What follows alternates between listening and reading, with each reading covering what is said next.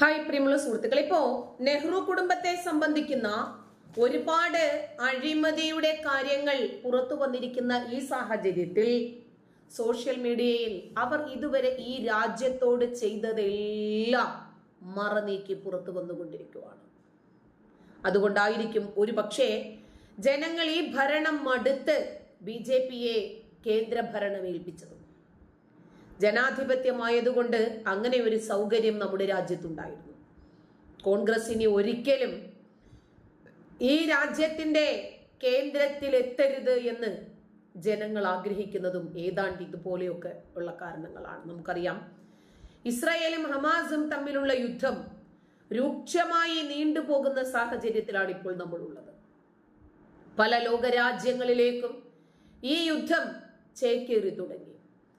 തുടക്കത്തിൽ ജൂതന്മാരും മുസ്ലിങ്ങളും മാത്രം തുടങ്ങിയ ഒരു യുദ്ധം ഇപ്പോൾ എല്ലാ ഇസ്ലാമിക രാജ്യങ്ങളും പലസ്തീനോടൊപ്പം നിന്ന്, ഹമാസ് എന്ന ഭീകര സംഘടനയോടൊപ്പം നിന്ന് ജൂതരാഷ്ട്രമായ ഇസ്രായേലിനെ ഇല്ലാതാക്കാൻ വേണ്ടി ശ്രമിക്കുമ്പോൾ ഹമാസ് എന്ന ഭീകരരാണ് ഒക്ടോബർ 7-ാം തീയതി ഇസ്രായേലിലേക്ക് നുഴഞ്ഞു കയറി ലോകത്തിന്റെ മനുഷ്യ മനസാക്ഷിയെ ഞെട്ടിക്കുന്ന രൂപത്തിൽ 1400 പേരെ ക്രൂരമായി കൊല ചെയ്തതും, കുട്ടികളെയും സ്ത്രീകളെയും പിടിച്ചുകൊണ്ടുപോയി സ്ത്രീകളെ ലൈംഗിക വൈകൃതങ്ങൾക്ക് ഇരയാക്കുകയും അല്ലാഹു അക്ബർ എന്ന് പറഞ്ഞ് കുട്ടികളുടെ തല കണ്ടിക്കുകയും ഒക്കെ ചെയ്തത് കണ്ടവരാണ് നമ്മൾ. ഇവരെ പോരാളികൾ എന്ന് വിളിച്ച ഈ കേരളത്തിന്റെ രാഷ്ട്രീയ പ്രസ്ഥാനങ്ങളെ നമ്മളൊന്ന് ഓർത്തു വയ്ക്കുന്നത് നല്ലത്. ഇത് ഭീകര പ്രവർത്തനമാണ്, പോരാട്ടമല്ല. ഒരു വിഭാഗം ജനതയെ മതത്തിന്റെ പേരിൽ മനുഷ്യത്വം കാണിക്കാതെ ക്രൂരമായി പീഡിപ്പിക്കുകയും അവരെ കൊന്നുകളയുകയും ചെയ്ത് ഒരു വിഭാഗം ആളുകളെ പിടിച്ച് ബന്ധികളാക്കുകയും ചെയ്തിട്ട് അവരുടെ മുഹബ്ബത്ത് ഇളക്കാൻ നമ്മളെ പോലെയുള്ളവർക്കല്ലാതെ കഴിയില്ല. 1921 സംബന്ധിച്ച് നമ്മളൊന്ന് ഓർക്കുന്നത് നല്ലതാ. ലോകത്തിന്റെ ഏതോ കോണിൽ തുർക്കിയിൽ കിടക്കുന്ന ഖലീഫയെ ബ്രിട്ടീഷുകാര് പുറത്താക്കിയതിന്റെ പേരിൽ എന്തിനായിരുന്നു ഇവിടെ കിടന്നുറഞ്ഞു തുള്ളിയത്? പാവപ്പെട്ട ഹിന്ദുക്കളായ ആളുകളെ അരജീവനും കാൽ ജീവനും മുക്കാൽ ജീവനുമാക്കി തുവൂർ കിണറ്റിലേക്ക് വലിച്ചെറിഞ്ഞത് തുർക്കിയിലെ ഖലീഫയ്ക്ക് വേണ്ടിയായിരുന്നു. അത്തരം ഒരു കലാപത്തെ സ്വാതന്ത്ര്യ സമരം എന്ന ഓമന പേരിട്ട് വിളിക്കാൻ, കാർഷിക വിപ്ലവമാണ് എന്ന് ഓമന പേരിട്ട് വിളിച്ച് പിന്നീട് വന്ന സർക്കാരുകൾ അവർക്ക് പെൻഷൻ നൽകത്തക്ക രൂപത്തിൽ ഒരു സാഹചര്യം ഈ കേരളക്കരയിൽ സംജാതമാക്കിയ പ്രസ്ഥാനമാരാണ് എന്നൊന്ന് ചിന്തിച്ചു നോക്കിയാൽ മതി. മലബാറിൽ നടത്തിയ ലക്ഷണമൊത്ത വർഗീയ കലാപത്തെ ഹിന്ദു ക്രിസ്ത്യൻ ഉന്മൂലനം മുന്നിൽ കണ്ടൊരു വംശഹത്യ നടത്തിയ ആ ഒരു കലാപത്തെ പോലും ജന്മി കുടിയാൻ സമരമാക്കി മാറ്റാൻ കോൺഗ്രസ് ഈ രാജ്യത്തോടെടുത്ത നിലപാടുകൾ എന്തായിരുന്നു എന്ന് ഓർക്കുന്നത് നല്ലത്. ഈ ഭൂമി മുഴുവനും അള്ളാഹുവിന്റെ കാൽ കീഴിലാകുകയും ലോകം മുഴുവനും മുസ്ലിങ്ങൾ മാത്രമാകുകയും ചെയ്യുന്നതുവരെ നിങ്ങൾ അവരോട് യുദ്ധം ചെയ്യണമെന്ന് പറഞ്ഞ ഒരു ഗ്രന്ഥം ഒരു കയ്യിലും മറുകൈയിൽ ആയുധവും ഏന്തി ഇവർ ഇറങ്ങി തിരിച്ചു. ഇത് തന്നെയാണ് ഹമാസിന്റെയും പ്രഖ്യാപിത ലക്ഷ്യം. 1921 എന്താണോ മാപ്പിളമാർ ഈ നാട്ടിൽ കാണിച്ചു കൂട്ടിയത് അത് തന്നെയാണ് ഒരു ഗ്രന്ഥം കയ്യിലും മറുകൈയിൽ ആയുധവുമേന്തി ജൂതന്മാർക്കെതിരെ ഹമാസുകാർ നടത്തുന്ന ഈ ഒളിപ്പോർ യുദ്ധവും ഇത് തന്നെയാണ്.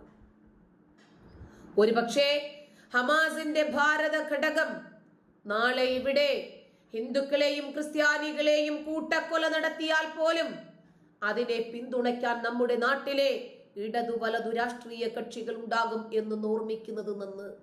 ചെവിയിൽ നുള്ളിക്കോന്ന് പറയില്ലേ, പിന്നീട് ഒരു കാലത്ത് അതിനെ ഓർത്തെടുക്കുന്നതിന് വേണ്ടിയാണ്.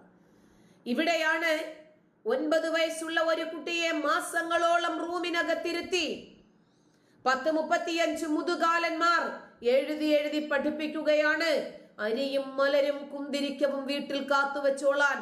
അതൊരു ഓർമ്മപ്പെടുത്തലാ. 2047 ഈ രാജ്യത്തെ മതവൽക്കരിക്കാൻ പദ്ധതി ഇടുകയും പ്രതിജ്ഞ എടുക്കുകയും അതിനുവേണ്ടി നാനാ തുറകളിലും പ്രവർത്തിക്കുകയും ആ ലക്ഷ്യത്തോടടുക്കുന്നതിനു വേണ്ടി ആരെയൊക്കെ വിലക്കെടുക്കാമോ, ഏതൊക്കെ രൂപത്തിലുള്ള പ്രതിസന്ധികളെ അതിജീവിക്കാമോ അതൊക്കെ ചെയ്ത ഒരു വിഭാഗം ഇന്ന് തിഹാർ ജയിലിലാണ്. അരിയും മലരും കുന്തിരിക്കവും ഒക്കെ റെഡിയാക്കി വെച്ചോളാൻ പറഞ്ഞു. പക്ഷേ അവർക്കവിടെ ഡയപ്പർ റെഡിയായിരുന്നു. അത് ഈ രാജ്യത്ത് നരേന്ദ്രമോദി എന്ന സർക്കാർ ഭരിക്കുന്നത് കൊണ്ട് മാത്രമാണ് നമുക്കതിന് കഴിഞ്ഞത്. ഒരു പക്ഷേ മുട്ടടിച്ച് മറ്റുള്ള സർക്കാരായിരുന്നെങ്കിൽ ഓച്ചാനിച്ച് പോപ്പുലർ ഫ്രണ്ടുകാരുടെ മുമ്പിൽ നിൽക്കുന്നത് നമുക്ക് കാണാമായിരുന്നു. അപ്പോൾ ഈ രാജ്യം അവരുടെ കൈവെള്ളയിൽ ഭദ്രമായിട്ടെത്തുമായിരുന്നു. ഈ രാജ്യത്തെ അവർക്ക് തീരെഴുതി കൊടുക്കാൻ തയ്യാറായ ഒരു വിഭാഗത്തെ ജനങ്ങൾ മനസ്സിലാക്കിയതിന്റെ പ്രതിധ്വനിയാണ് BJP സർക്കാർ മൂന്നാമതും കേന്ദ്രത്തിലെത്തിയതിന്റെ തെളിവുകൾ. ഇടതുപക്ഷവും മുക്കാൽ വണ്ണുമൊക്കെ ചേർന്ന് സുരേഷ് ഗോപിയെ വൈറലാക്കി പല വിഷയങ്ങളും വിവാദത്തിലേക്ക് കൊണ്ടുചെന്നാക്കി. ശശി തരൂര് പറഞ്ഞ ഹമാസ് മനുഷ്യരുടെ ശത്രുവാണ്, മുസ്ലിങ്ങളുടെ മുഴുവൻ ശത്രുവാണ് എന്ന് പറഞ്ഞ ആ വാക്യത്തെ, ആ പ്രസ്താവനയെ പോലും വിവാദമാക്കി കൊണ്ട് നടന്നത് ജനശ്രദ്ധയിൽ നിന്നും പല വിഷയങ്ങളും മാറ്റുന്നതിന് വേണ്ടിയായിരുന്നു. വലിയ വലിയ രാജ്യവിരുദ്ധ സംഭവങ്ങൾ ഒരു ഭാഗത്ത് നടക്കുമ്പോൾ മാധ്യമങ്ങളുടെ ശ്രദ്ധയിൽ നിന്നും അതുവഴി ജനഹൃദയങ്ങളിലേക്ക് എത്താതിരിക്കുന്നതിനും വേണ്ടി പല രാജ്യവിരുദ്ധതകളെ സംബന്ധിച്ചും പല ഭീകര പ്രവർത്തനങ്ങളെ സംബന്ധിച്ചും മറച്ചു പിടിക്കുന്നതിന് വേണ്ടിയായിരുന്നു. മലപ്പുറത്ത് നടന്ന ജമാഅത്തെ ഇസ്ലാമിയുടെ യുവജന വിഭാഗം നടത്തിയ പലസ്തീൻ അനുകൂല സമ്മേളനം കണ്ടില്ലേ?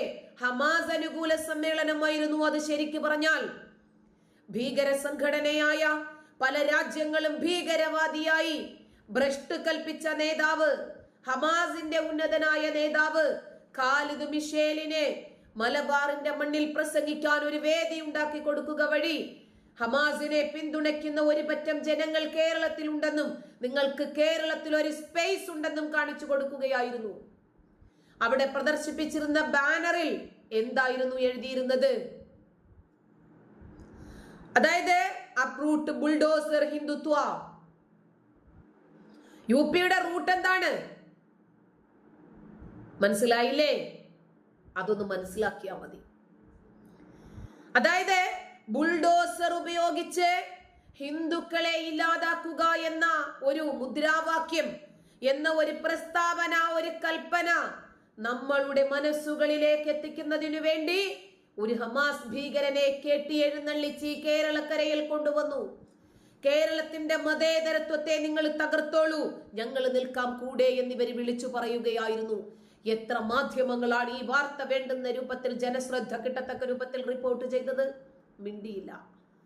പലസ്തീൻ വിഷയമായിരുന്നില്ല ഇവരുടെ ലക്ഷ്യം.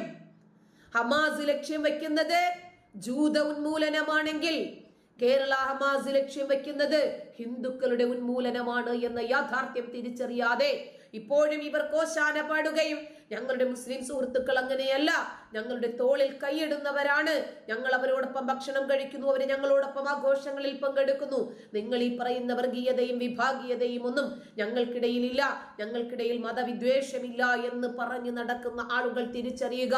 ഒരവസരത്തിന് വേണ്ടി കാതോർത്ത് കാത്തിരിക്കുകയാണ് അവർ. നന്ദി.